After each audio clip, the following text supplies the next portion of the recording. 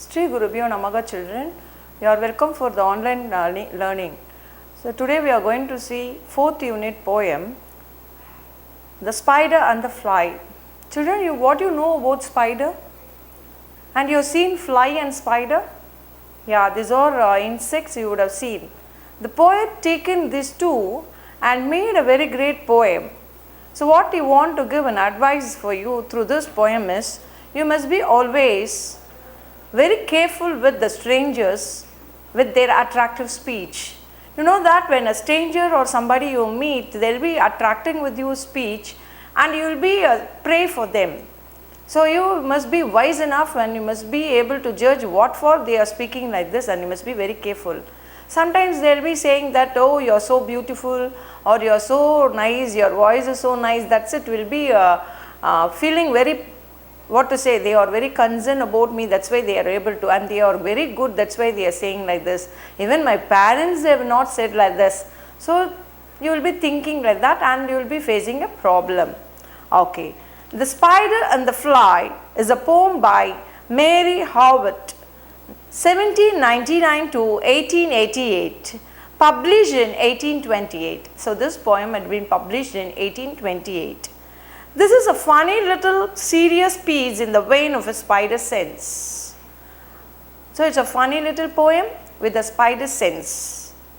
So vein of the spider sense. The poem takes us through the spider's ultimately successful attempt in enticking a fly into its web. So here this poem tells how the spider trickily speaks with the fly and at last makes us his prey.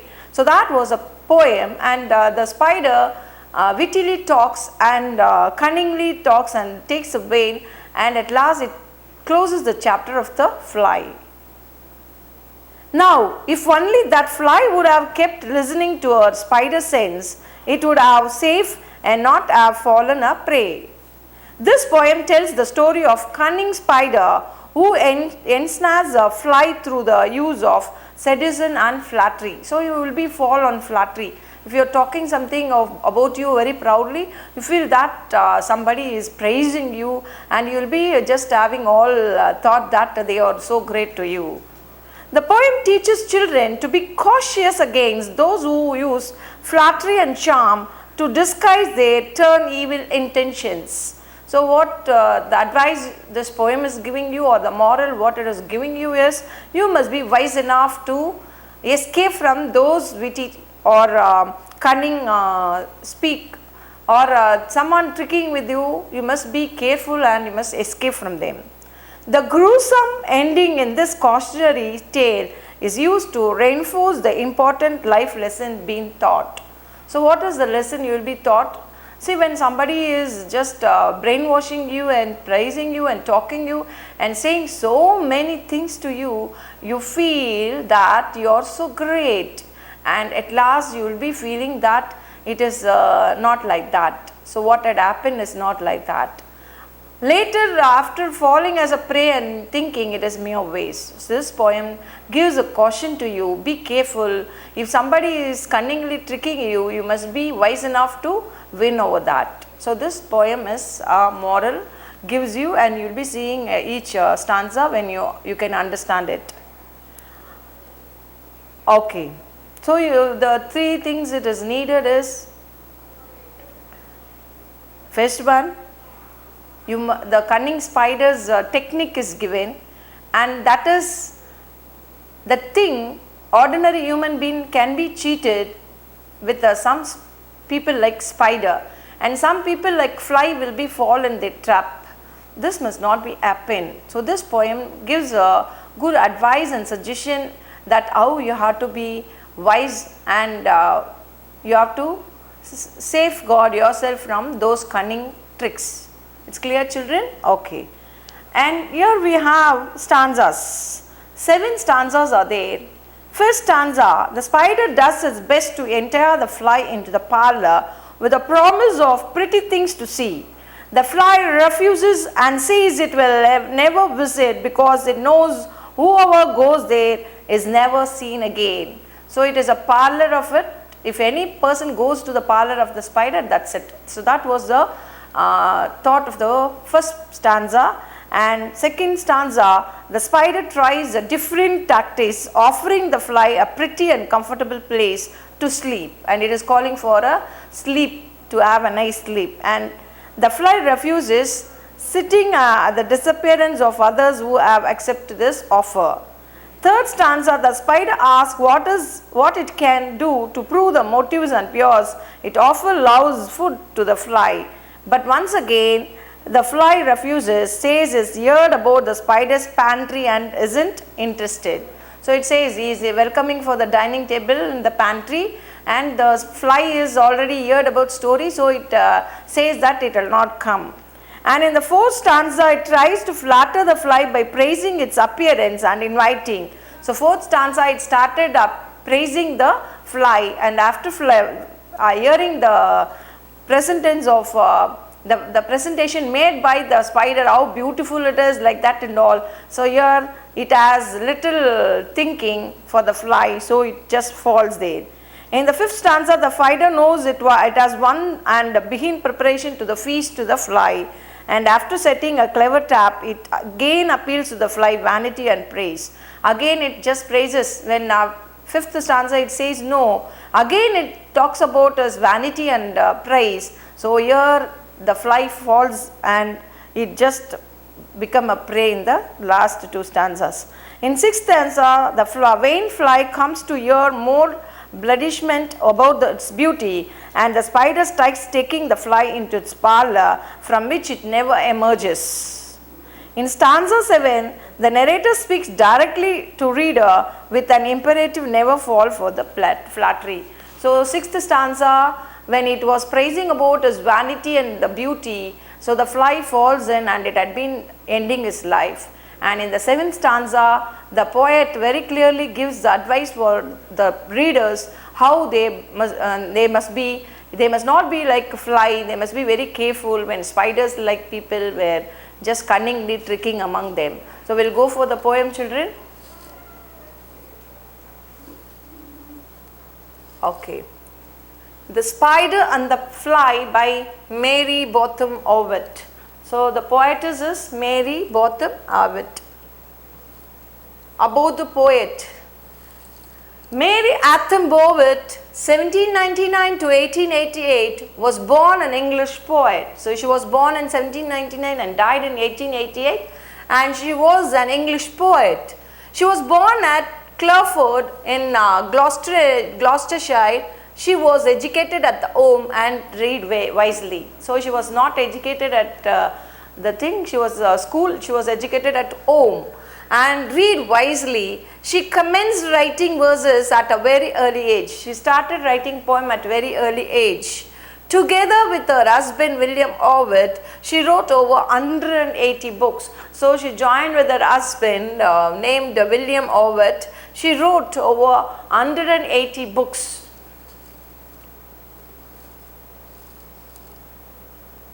Okay, so first stanza starts like this.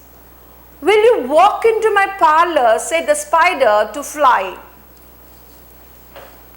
It's the prettiest little parlor that ever you did spy. The way into my parlor is up a winding stair, and I have many curious things to show when you are there. Oh, no, no, said the little fly, to ask me in vain. For who goes up your winding stair can never come down again. So it is very clearly said, will you walk into my parlor? So here the spider is asking the mosquito. So spider is there and it asks mosquito, will you walk into my parlor? Said the spider to the fly. So it was asking, will you come and see my parlor? It is the prettiest little parlor. So, you know, it was a very prettiest one, little parlor that ever you did spy.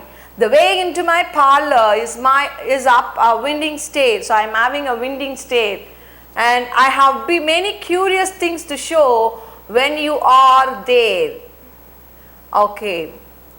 Oh, no, no, said the little fly, to ask me is in vain, for who goes up your windy stair can never come down again. So here when the fly is asked, the spider asked the fly, why can't you visit my parlor? It is the prettiest thing. And now fly is telling, no, no, no, I heard. People say that when once they go to your parlor, they'll not come back. So I'm not ready to come. So he's giving very clearly the thing. Will you walk into my parlor? Say the spider to the fly. It's the prettiest little parlor that ever you did spy. The way into my parlor is up a winding stair. So it is having, my parlor has a winding stair. So sometimes some people, cunning people who are trick, they'll be saying that, you know, my house has so many things, you can come, it will be beautiful. Sometimes without telling your parents, you'll be just going and you'll be trapped. So be careful. So this is the way the spider calls to the parlor, and this time here the fly has little wise, and what is telling is ready to tell that I will not come to your parlor. I heard story, if a person comes to your parlor, what will happen to them. So they never return. So it is very clear what will happen to them. So I am not ready to come to your parlor. So it is very clearly it is saying. So it is clear, children? Okay. We will go for pen. Okay. See a fly and spy. So here A. Stay there. B. Okay. So what is the rhyming scheme of the first stanza is A, So your fly, spy, stare, there is a rhyming words. And will you walk into my parlor, said the spider to fly. So your will and walk is alliteration. And your said and spider, yes. So here it is a alliteration. So your rhyming words of fly, spy, stay there, and alliteration, will, walk, WW, and said spider, yes, and prettiest parlor,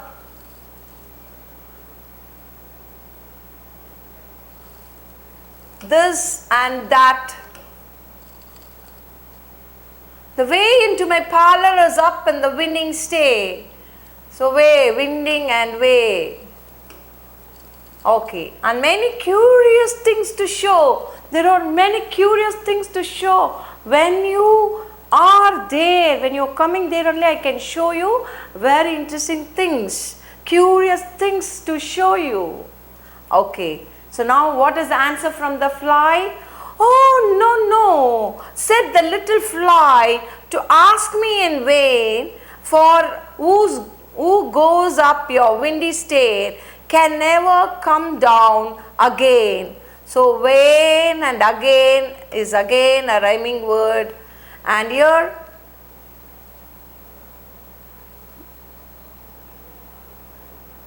okay, so you can see the winding stair, can and come is again a alliteration. So here you having A and B. So this is the rhyming scheme of this second stanza. So here it is very clear to you. We'll go for the next.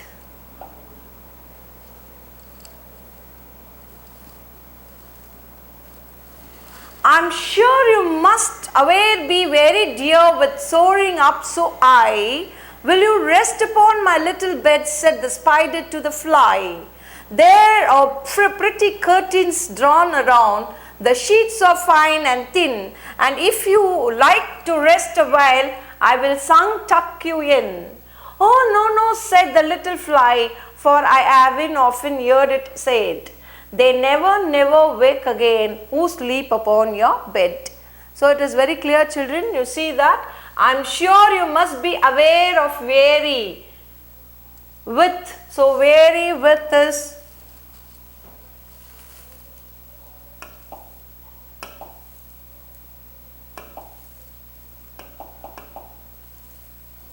okay, here weary and with is alliteration.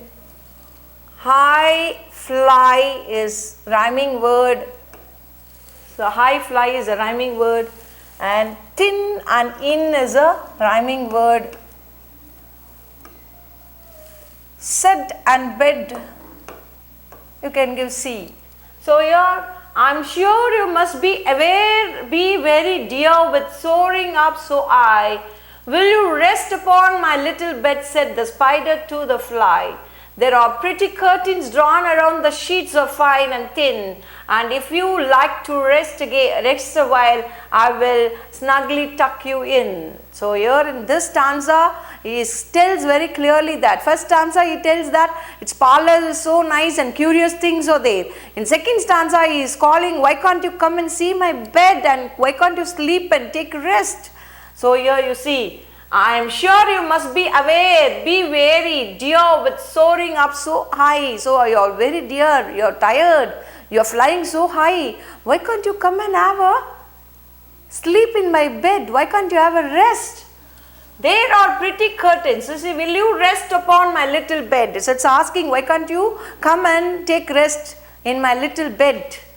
Said the spider to the fly, there are pretty curtains drawn around. The sheets are fine. So there are pretty curtains. So around my bedroom, lot of curtains are there, and you can see colorful curtains around, and the sheets are fine and thin. My bedroom, that bed cover and other things are very fine. Why can't you come and have a soft thing? It will be, why can't you come and take a rest, is asking. And what is the answer from the fly is, oh no, said the little fly, for I have often heard it said, they never wake again who sleep upon your bed. So I know who are sleeping against your thing will never come up. I know that, I heard. So when they come to your parlor, they will not return. When they come to your bedroom, they will not return. It is very clear, who come to take rest, they will be just taking rest forever it is. I know that. Okay, the third stanza, it tells, said the cunning spider to the fly. So said the cunning spider to the fly, dear friend, what can I do to prove the warm affection I have always felt for you? I have within my pantry good store of all that's nice. I'm sure you are very welcome. Will you please to take a slice? So here first stanza, it was just telling that it was just having a nice parlor and curious things to attract. In second stanza, it is calling that my bed is small, but it is with the colorful curtains and soft thin bed covers, so that it will be very nice for you to enjoy. And in this stanza, it is asking, said the cunning spider to the fly, dear friend, what can I do? If what I did to you, you will be just trust me. What can I do for you? Just tell me. It is asking, to prove the warm affection I have always felt for you. So to prove the warm affection I have always felt for you. So I am feeling very warm affection towards you. In what way I can prove it? Just tell me. It's asking. And not only that, I have within my pantry. So I have a pantry. Pantry here means, know what is pantry? Where you will be having pantry. Pantry means you will be having food and all, cake and other items, food items kept. And if you come, good store of all that's nice. I have cake and other sweets and other things and all kept for you. Why can't you come and have? I'm sure you are very welcome. Will you please to take a slice? So I have nice honey cakes and other things. Why can't you come and have a slice in it? So it is asking to come for a pantry and see what all nice things are there and you can taste. So the offer is given by the spider, and what is the answer from the thing we'll see. Oh no, said the little fly, kind sir, that cannot be. I have heard what's in your pantry and I do not wish to see. So I know what will be in your pantry, so I am not ready to see it, because already the fly heard that when a spider calls like this for a parlor or for a bedroom or for a kitchen or pantry, nobody will return again. So they are not turned up at all, and that is why it is very cautious and careful and tells that I am not ready to come. So thank you for your food and all, I am having enough, that is enough, it was saying. Okay, so here again you see I do, you. Do you is a rhyming word. A. Nice and slice B. Nice and slice is again a rhyming word, and here it is B and C is C. So you are having A, B, and C is the rhyming scheme of this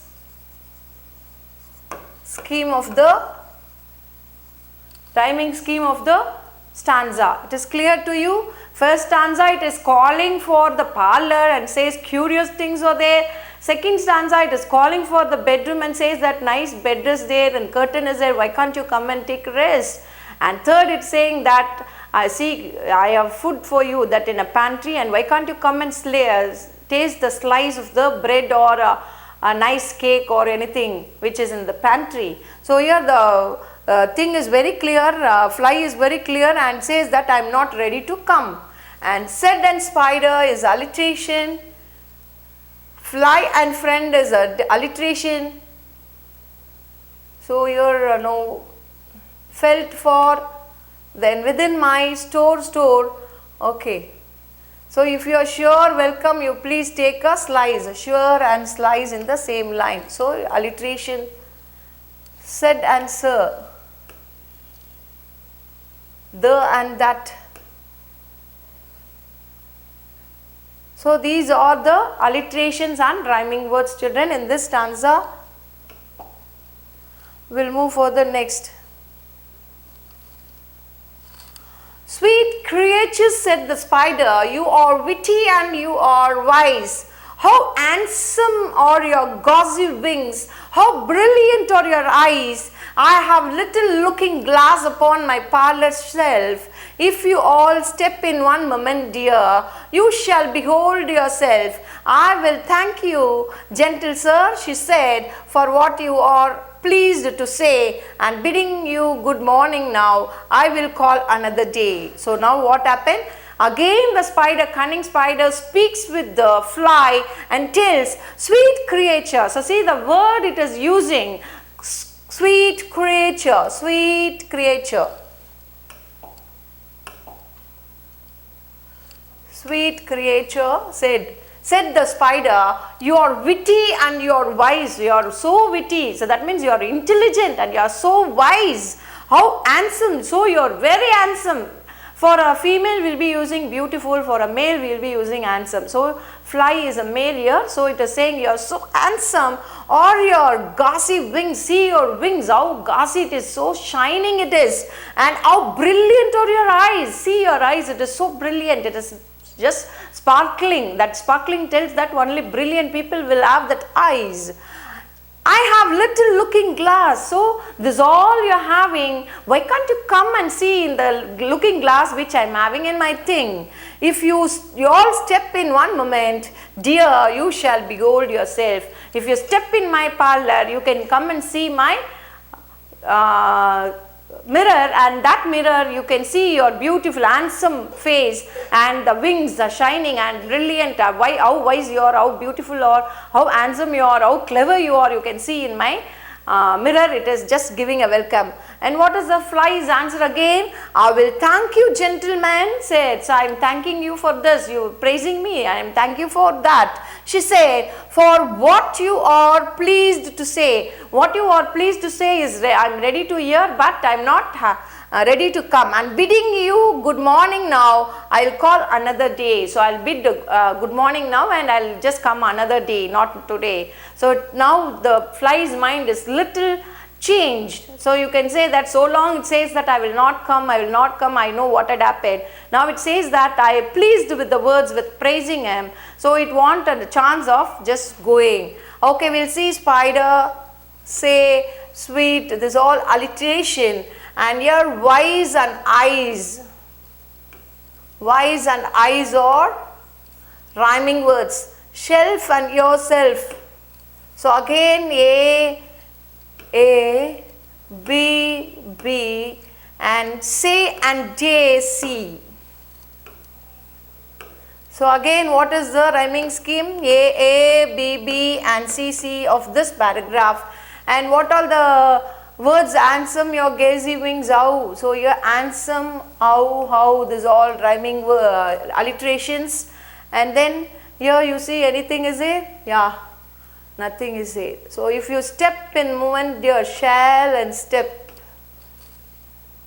Then she said, yeah.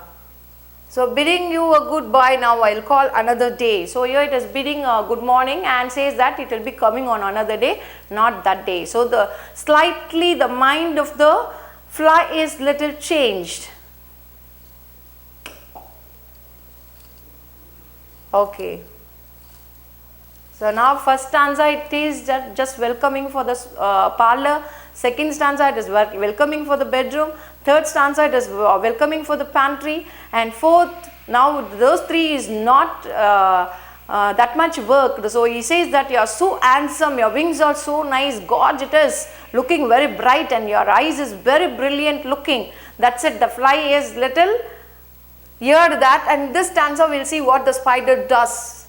The spider turned him round about and went into his den, for well he knew the silly fly would soon come back again. So he wove a stubble web in the little corner sly, and set his table ready to dine upon the fly. Then he came out to his door again and merrily did sing, "Come hither, pretty fly with the pearl and silver wing. Your robes are green and purple, there is a crest upon your head. Your eyes are like the diamond bright, but mine are dull as lead." So now the spider understood very clearly, slightly there was a change in the fly's mind. So here it is praised it, so that had taken up by the fly. And he says that previously he says that I know what is happening, I will not come. But this time it was very clear that it says that I know that it is praise, it is saying that I'll see you another day. So he said that good morning and wished and bid a goodbye and said that it will be coming again on some other day. So the spider was very clever and it understood the mindset of the fly, and it went inside the den, that is a spider's house den, and he prepared his dining table and all the tricky ways. However, the fly will be coming again, so it will be just accepting as his dinner. So he was just waiting for it and it made ready. So you can understand by this stanza very clearly, the spider turned him round about and went into his den, for well he knew the silly fly would soon come back again. So he wove a stubble web in the little corner sly, and set his table ready to dine upon the fly. So the spider turned him round about. So round about went into this den. So it went inside the den, and for well he knew the silly fly would soon come back again. He thought that fly will be coming again, silly fly. So see the name spider is giving. So silly fly will be coming again, he knows. So he wove a stubble. So wove a stubble in a web, you know that the spider will be just giving a web, and with that only it is make its dine. So it made its dine and web in a little corner sly, in a little corner place, and set his table ready. Aside he set his table ready to dine upon the fly. So it want to eat the fly, so he planned and it was working now. Then he came out of his door again. So he made all the dining table ready, and the side net is ready for the fly to just hold. Now it came out again. See the way it is inviting. Then he came out to his door again and merrily did sing, "Come hither, pretty fly with the pearl and silver wing." So come hither, come near my fly. You are having what? With the pearl and silver wing. You are having pearl and a silver wing. Your robes are green and purple. There is a crest upon your head. So your dress is so nice. Your robes are green and purple. Your dress are robe green and purple. It is colorful green and purple. And there is a crest. You are having a crown, a crest. A fly will be having a crest in his head. It was there. And upon your head, you are having upon your head. Your eyes are like the diamond bright. So your eyes are looking diamond bright. But mine are dull as lead. Mine are dull as lead. Okay, it is clear, children. So we will go for the rhyming scheme again. Den again. So here den is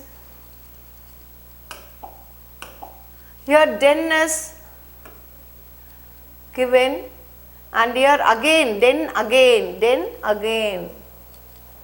A. Sly fly, B. So here it is not given. So you wing, sing wing, C. And here head and lead, D.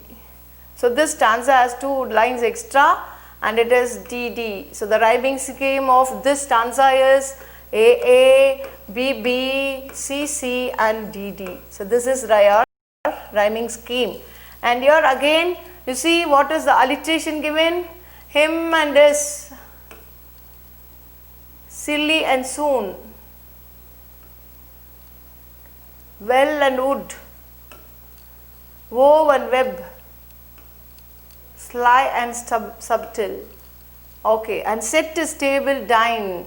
So set, ready to, and the only say. Here came merrily, did know. He and his, either repeated word and green, purple, their crest upon your head, and your. So you're having, okay. So many your rhyming scheme and your alliterations are there in this stanza. You can go through thoroughly and see it is very clear now. When this attractive line is given, the fly had not answered till. Let me see what happens to the fly. Okay. Alas, when you use that word alas, when something gone, so what happened? The fly had gone. Alas, how very soon the silly little fly, hearing his willy flattery words, came slowly flitting by. With buzzing wings, she hung aloof, then near and nearer drew, thinking only of her brilliant eyes and green and purple hue, thinking only of her crested head, poor foolish thing. So here it was being attracted by his beauty and handsome wings and other things, colorful things and bright, brilliant. That was only in his mind. Totally the brilliant or whatever the thing, what the parents advised, what the elders advised at the home, everything had been gone for the fly.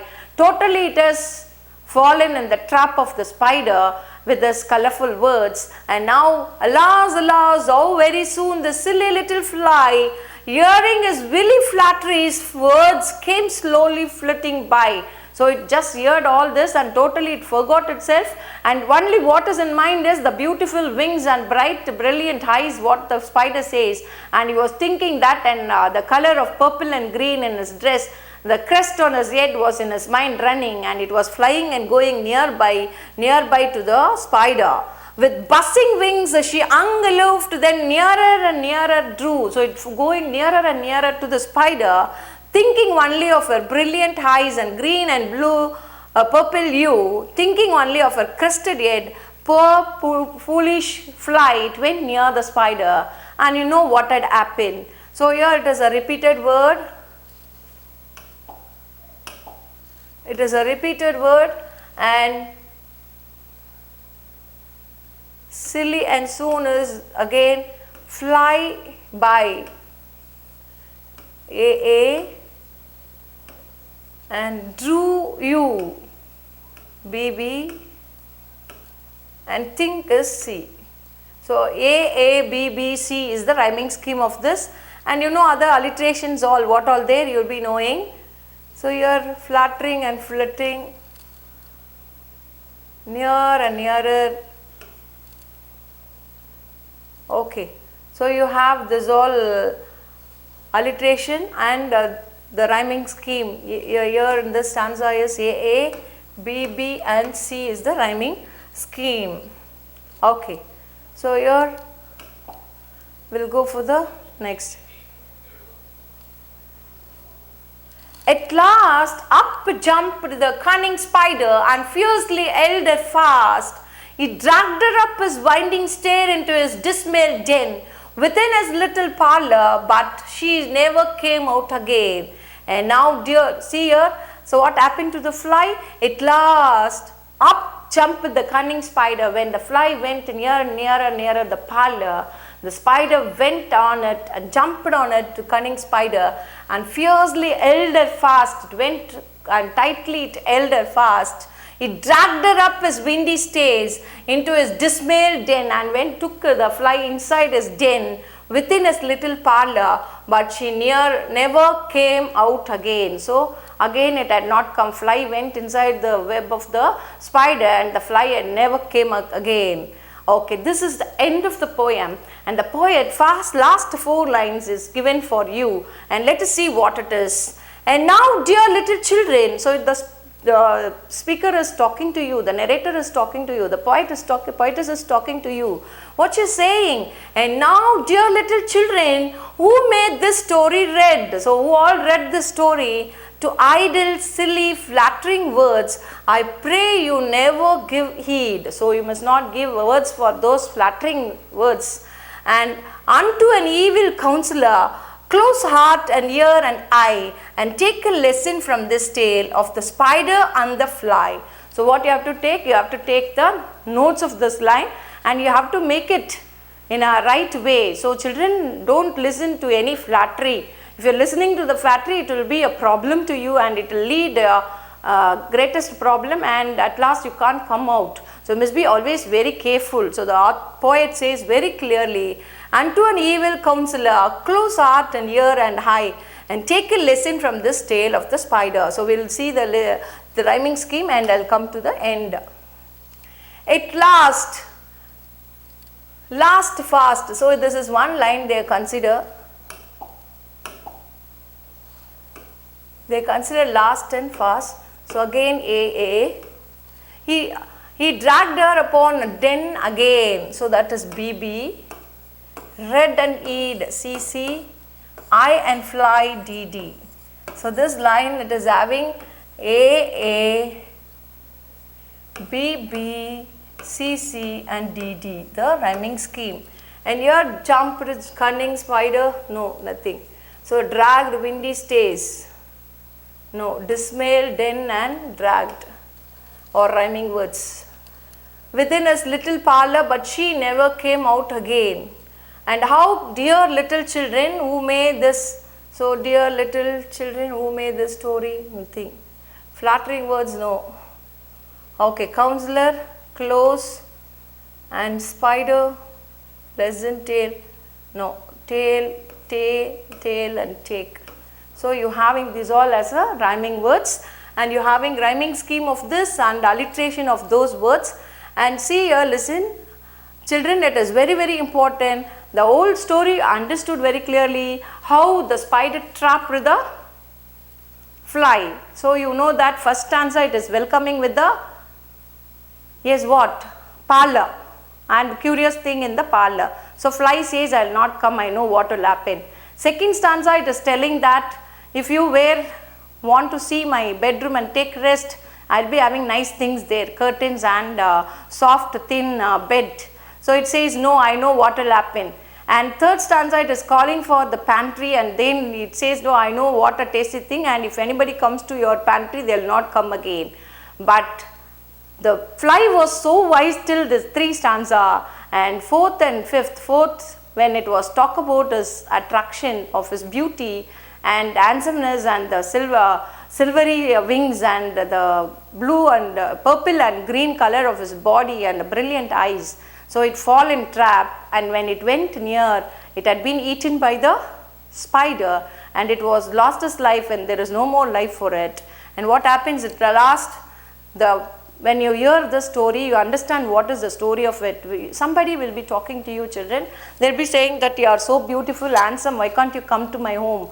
And they'll say that you are attracted with your beauty. So you must be very careful. Sometimes your friends, when they say that they want to play some games or something, if you are learning, they'll be calling for you. You will be saying that, Nola, that game is so interesting, why can't you come and join in that game?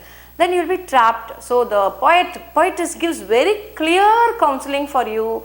Don't listen, don't heed means don't listen.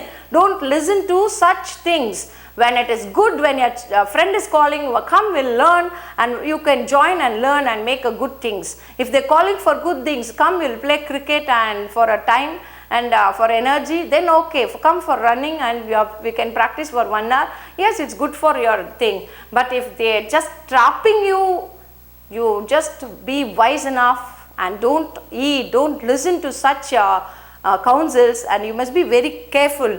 Unto an evil counselor, if you know that they are evil counselor, close heart, ear and eye. Just close your heart, close your ear and close your eyes. You don't see them, don't listen them, and don't even think of that. So, and take a lesson from this tale of the spider and the fly. It is a lesson kept for you. In this adolescent age, you will be having all troubles, children. You must know who is a good counselor and who is a bad counselor. Sometimes when your parents and elders and teachers were advising you good things, you will think that it is they are troubling you. And when your friend talks something nuisance, you will be thinking that it is great thing, because it is your pure friend who is calling. You must be very wise enough to judge who is good and what is their counseling. If it is a good counseling, you must listen and take it as serious, and you have to make, if any suggestion is made by your counselor which is not good, you must be wise enough to stop that. Thank you, children. We'll wind up and continue in the next class.